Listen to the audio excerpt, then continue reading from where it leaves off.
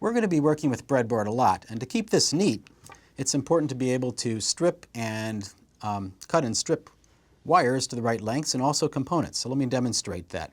The wire cutter stripper has a cutting part and it has a bunch of slots for stripping different gauges of wire. So to make a wire that I can use for a connection inside this breadboard, I'll cut this wire to the right length. I'll find a notch that strips it neatly without cutting into the metal inside. And the amount of stripped length that I use is like a centimeter, just about enough to match the depth of the board itself.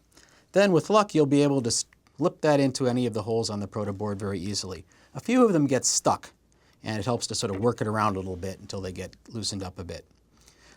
You can keep your circuits neat if you cut your wires to just the right length, so that I can make a connection from over here to over there, and the wire stays close to the board, and you can really see where that one is going.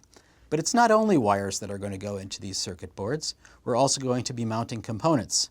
So if you have an LED, for instance, you may want to shorten the leads on the LED so that the LED can get its body right down there close to the circuit board, close to the breadboard. And because the length of these leads means something, one of them is a little longer than the other, and that's the positive one. If I'm going to trim this down, I'll trim it at a bit of a diagonal so that I can continue to see that that one lead is longer than the other. Then I can slip it neatly into the breadboard and it'll fit down there nice and tight. Resistors too. I'll cut them to a reasonable length. You can always get more resistors.